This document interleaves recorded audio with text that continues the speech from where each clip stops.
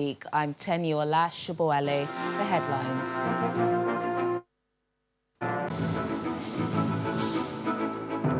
UQ's resurface in Lagos and Abuja as Nigerian Petroleum Regulatory Authority confirms petrol with methanol quantities above Nigeria's specification in supply chain.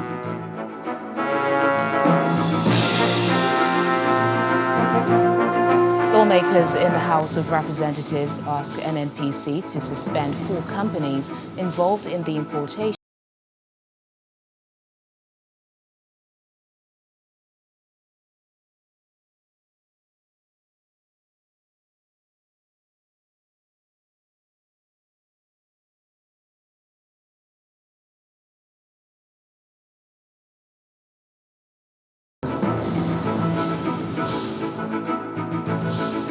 Cyclone Battery death toll jumps to 111.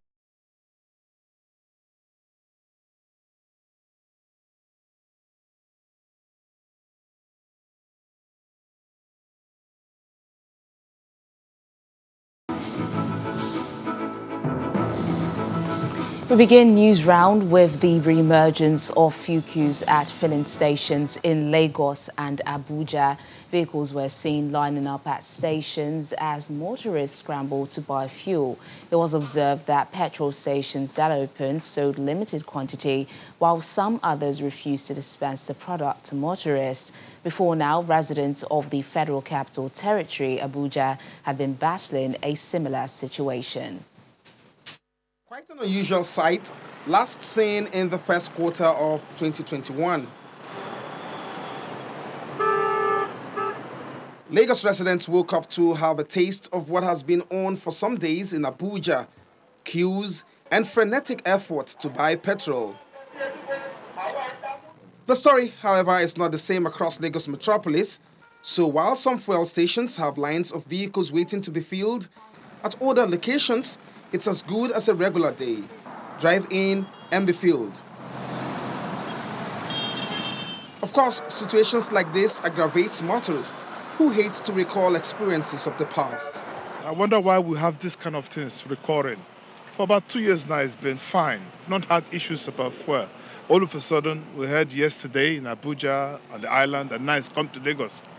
Frankly, I'm worried. Nobody's addressing, no formal statement from anybody. We just cannot get fuel. We cannot go about to our daily activities. I'm supposed to be at work right now. I cannot work. I have to look for fuel up and down.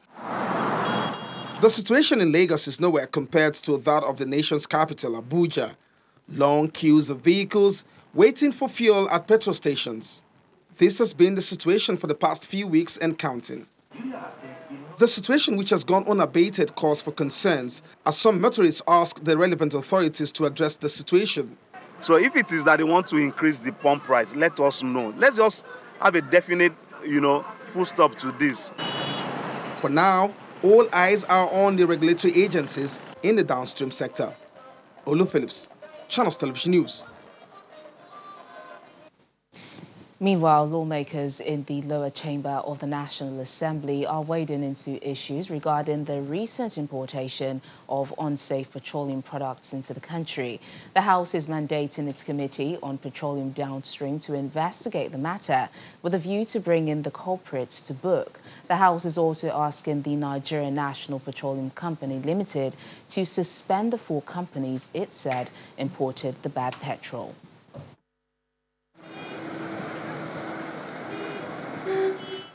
The matter of the adulterated premium motor spirit, which some Nigerians say has affected their vehicles and equipment, is up for debate in the House of Representatives.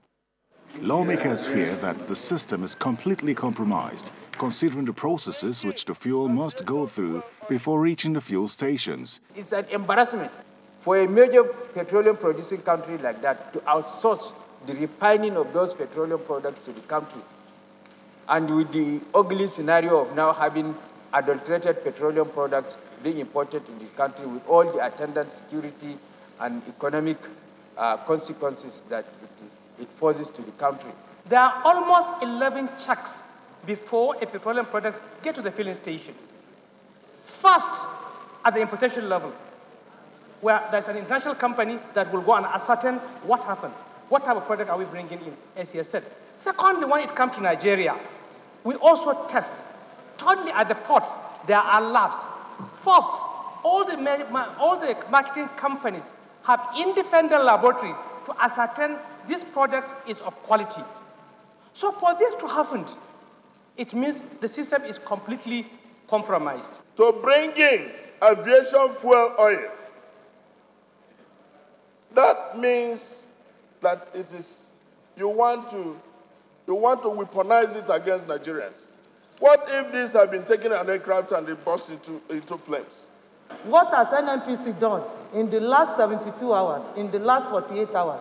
I want to submit, sir, that the NNPC from the group managing director should be summoned, and they should come and explain to Nigerians why we need to be gambling with our lives. Amendments are made to the motion to extend the scope of the investigation. That the committee should also ascertain whether the importation, distribution, and dispensing of the toxic petroleum or petrol in Nigeria from January to date conforms to the international standard. Urge NNPC to suspend the 4 companies that imported this adulterated fuel that they imported from Belgium.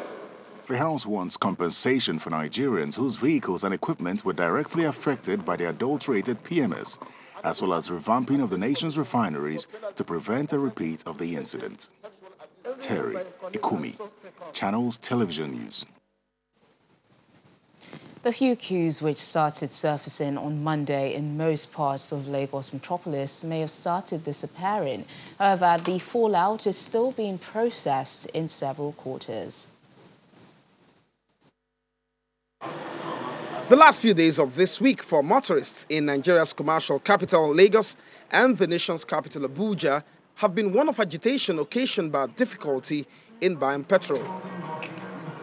Top of what many didn't want to imagine under the circumstance is a repeat of the past where people spent days queuing at fuel stations. In the past, when situations like these surfaces, it's easily related to issues around pricing largely.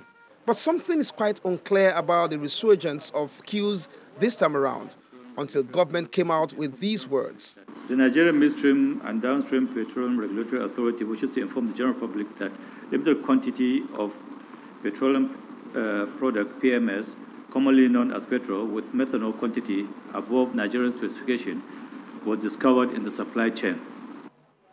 Actions, they say, have consequences. Now we know that an off-spec product was introduced into the supply chain, which now requires rinsing and mop-up. To do that, the quantity that has made it into the market has to be withdrawn. The balance on the wings has to be withheld. 2 factors that produced the delays and queues. The steering committee has also been set up.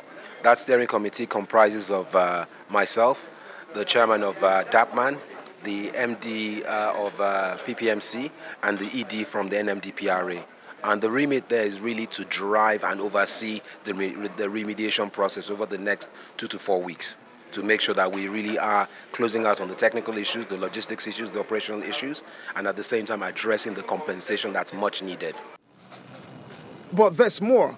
That shortfall has to be plugged. More volumes of petrol has to be sourced, and the integrity has to be guaranteed. These verified products are currently being trucked out from Apapa and Ijego satellite. We have learned a lesson of extra due diligence, to be honest with you. That's the only thing I can say, because there is no excuses. But whatever we say, people will not understand. I will not make any excuses. Whilst that subsists, questions are being asked, and the Group Managing Director, NNPC Limited, Malam Melekiari, has made some clarifications.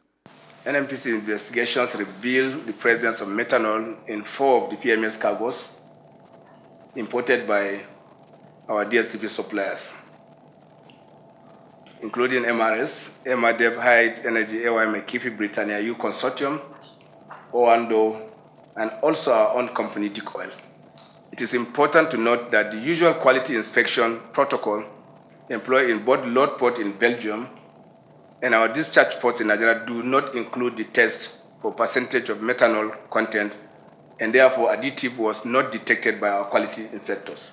We'd like also to emphasize that all defaulting suppliers have been put on notice for remedial actions, and NNPC will work with the authority to take further necessary actions in line with subsisting regulations. Here are a few points to be considered from that clarification.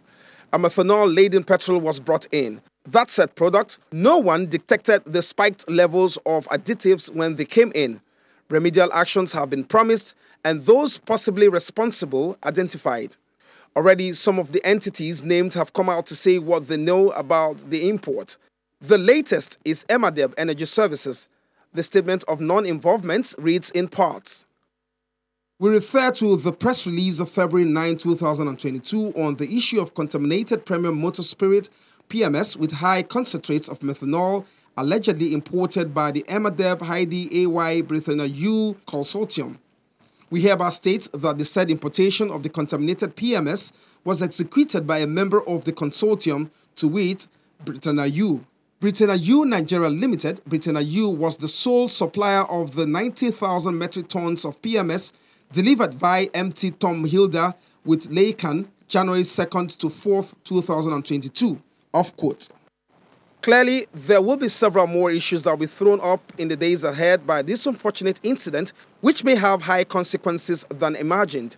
For now, motorists can heave a sigh of relief as the impact of increased supply is being felt with the queues thinning out. Olu Phillips, Channels Television News. To other stories now, Executive Order 10, which grants financial autonomy to the judiciary and the legislature in the 36 states of the Federation, is now null and void. The nation's apex court pronounced the law, which was signed in May 2020, as unlawful and unconstitutional, holding that it's inconsistent with the 1999 Constitution. The decision of the Supreme Court has put to rest issues surrounding the funding of lower courts in states, the Executive Order 10 of President Muhammadu Buhari, and the 66 billion naira state governors are asking as a refund for capital projects in their states. 6 justices, led by Justice Mohammed Datijo, agreed that the contentious Executive Order 10 violates the provisions of the 1999 Constitution, which clearly stipulates the functions and powers of heads of each arm of the government. The panel also agrees that the president exceeded his constitutional powers in issuing the executive order. Similarly, 4 of the 7-man panel of justices turned down the request of the 36 state governors for an order of the apex court to compel the federal government to take up funding of capital projects for state high courts, Sharia Court of Appeal, and the Customary Court of Appeal. They upheld the arguments of the AGF Abubakar Malami, Mahmoud Magaji, and Musibao Adetumbi to the effect that capital projects for the 3 courts should be funded by the states and not the federal government. The justices also refused to grant an order sought by the state governors to compel the federal government to pay them 66 billion naira, being an amount they claim to have so far spent on capital projects for the 3 courts in their respective states. Parties in the suit explained the implications of the judgment. States are to continue to finance their both capital and recurrent. Just like we said then, salaries to be paid by NGC. But concerning recurrent and capital, Supreme Court by a majority decision, 4-3, they have said no. It is still your duty to do it. And concerning the executive order 10, that it was clearly nullified, except my noble lord Abaji, who dissented. What it means is that regarding the issue of funding and reimbursement of expenses and expenditure and budgetary provisions by the state governments, they will continue to fund and fund the judiciary, the state high courts, the Sharia Courts of Appeal, and the Customary Court of Appeal. Attorney General of Abia State, on behalf of 35 others, had taken the Attorney General of the Federation before the Supreme Court, praying for an order to compel the federal government to take up funding of capital projects for the three courts on the ground that they are the courts of the Federation, and as such, the funding of their capital project should flow from the Consolidated Revenue Fund of the Federation. When Newsround returns in just a moment, House of Representatives rejects bill to prevent strikes by medical practitioners.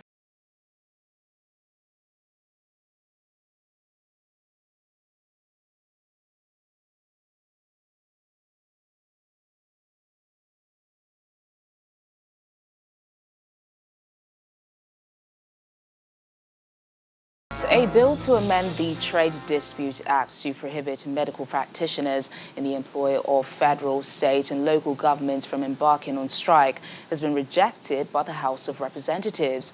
Lawmakers say the bill would go against the Constitution and promote forced labor.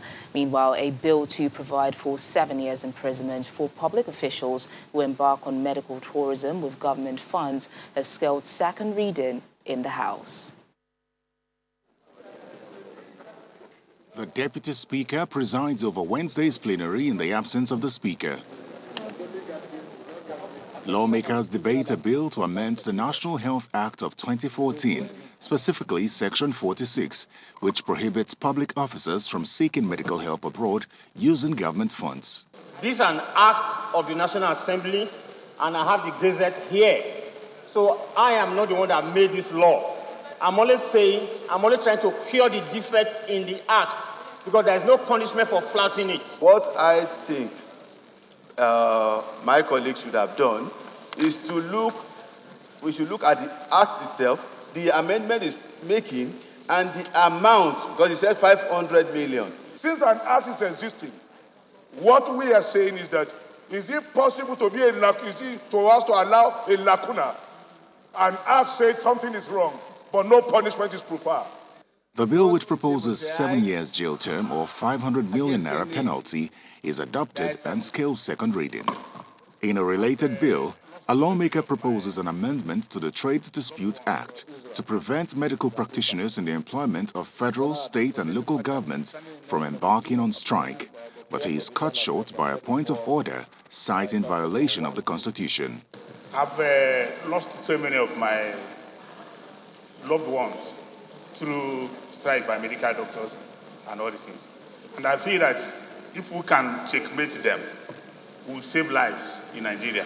What it means is that at all times, at all material times, they must be forced to work, whether the conditions are proper or they are not proper. I think it runs contrary to this very important constitutional provision, which is contained in Chapter 4 of this Constitution. His point of order is sustained by the Deputy Speaker as the sponsor of the bill is eventually compelled to step it down. Honorable Tigwe, I'm referring you to the oath of office that you took. You are now bringing your personal matters. But when the day you took that oath of office, you have sworn to Nigerians you will not allow your personal influence. Okay. Mr. Speaker, I'm stepping it down for now. Thank you. Yeah. It is the opinion of the House that strike action is a legality and fundamental right of workers, which must not be taken away forcefully. Terry Ikumi, Channels Television News.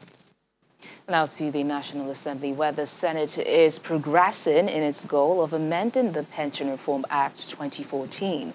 The new amendment seeks to provide for a definite percentage which a retiree can withdraw from his or her retirement savings account. The sponsor of the bill, Senator Aliyu Wamako, says the amendment is intended to alleviate the sufferings of Nigerian pensioners. The difficulties faced by pensioners in assessing retirement funds, as well as the administration of the pension system in Nigeria, is a matter for debate on the floor of the Senate during Wednesday's plenary session. A federal lawmaker, Senator Aliyu Wamako, is seeking to amend the Pension Reform Act 2014 to provide for a definite percentage which a retiree can withdraw from his retirement savings account. He believes retirees need quick access to their pension funds as well as a reasonable lump sum to make life easier. It seeks to provide for succor to retirees in the delay and other difficulties they stumble upon in withdrawing their savings from a retiring savings account. These Nigerians who have retired from service after several years serving the nation have found it extremely difficult to be owners of their pension savings in this new arrangement.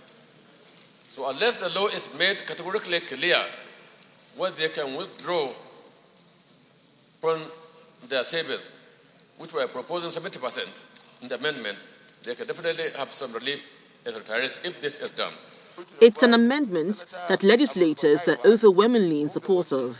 Retirees have no other means of survival simply because their savings account is just simply accumulated with the pension commission, which determines what they want to give them as a lump sum.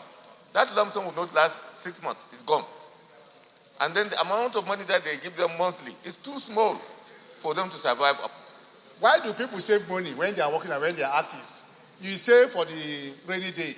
You save for the day you will not be very active. The day you wouldn't be very active is when you have left the public or the civil service.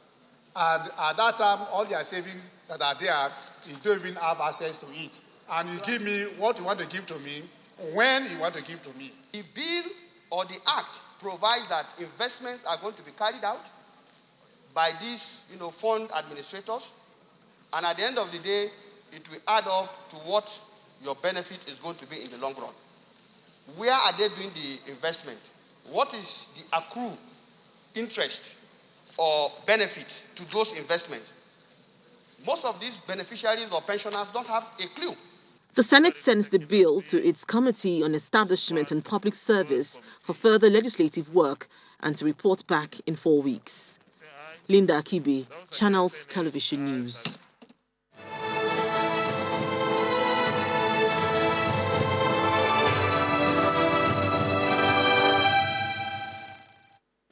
The hope of getting more Nigerians vaccinated against COVID-19 is now brighter as the federal government has received additional doses of 1,936,050 doses of the Johnson & Johnson vaccines from the European Union. The latest shipment brings the number of this single-dose vaccine in the country to 12.9 million. The federal government says it had earlier procured 39.8 million doses of the vaccine through the African Union, which are yet to be fully delivered. The European Union ambassador to Nigeria, representatives of the World Health Organization and other members of the diplomatic community officially present 1,936,050 doses of Johnson & Johnson vaccines from the European Union to the Nigerian government. The vaccines, which are donations from Finland, Greece and Slovenia, are part of the 20 million doses of Johnson & Johnson vaccines that the European Union promised the federal government. The European Union is now stepping up its efforts to support Africa, where vaccination is lower than in other parts of the world. Today's donation signifies the continuation of the commitment of the European Union and its member states to support Nigeria's fight against COVID-19. COVID-19 vaccination in Nigeria is very low. Only 15.7 million people, representing 14.1% of the country's targeted population, have received their first dose. However, the WHO and UNICEF are hopeful that the latest donations of Johnson & Johnson, which is a single-shot vaccine, will help to scale up vaccination in the country. As the only single-dose COVID-19 vaccine approved for use to date, the vaccine may be an important tool for accessing difficult-to-reach populations, thus playing a key role in preventing infections and reducing deaths across the country. Now we have to accelerate the program. Not only accelerate it, but also to ensure that it's integrated within the immunization program, which is integrated into primary health care systems at state level. Johnson & Johnson vaccines have a 2-year expiry date, so it allows the government of Nigeria to be able to manage the vaccines appropriately. Nigeria first received a shipment of 177,600 doses of Johnson & Johnson vaccines in August 2021. Thereafter, the government says it has procured an additional 39,850,000 doses of Johnson & Johnson through the African Union. However, the government says only a little above 12 million doses of the Johnson & Johnson vaccines are currently in the cold stores, waiting to be distributed to hard-to-reach communities, including security-compromised areas. Potentially, we have over 50 million doses of the J&J vaccine that will be really focused on the hard-to-reach areas, security-compromised areas, the riverine areas. With the over 10 million doses that we got through the COVAX, and then the 2 million doses, add and take a few, we're looking at somewhere around 12 million doses, right, currently in stock. COVID-19 vaccine hesitancy is a major challenge in Nigeria, but the government is hoping that the Johnson & Johnson single-dose shots will eventually help to bridge the gap.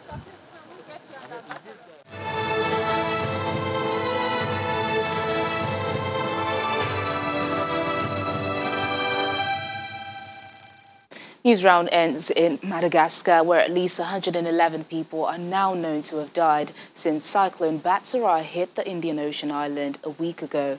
According to the National Emergency Agency, many homes simply crumpled in the ferocious winds, leaving around 30,000 people living in emergency shelters. Southern African nations were already reeling from January's tropical storm, Anna. And that's Newsround this week. Thank you so much for watching. I'm Tenyo Lashabwale. Enjoy the rest of your weekend.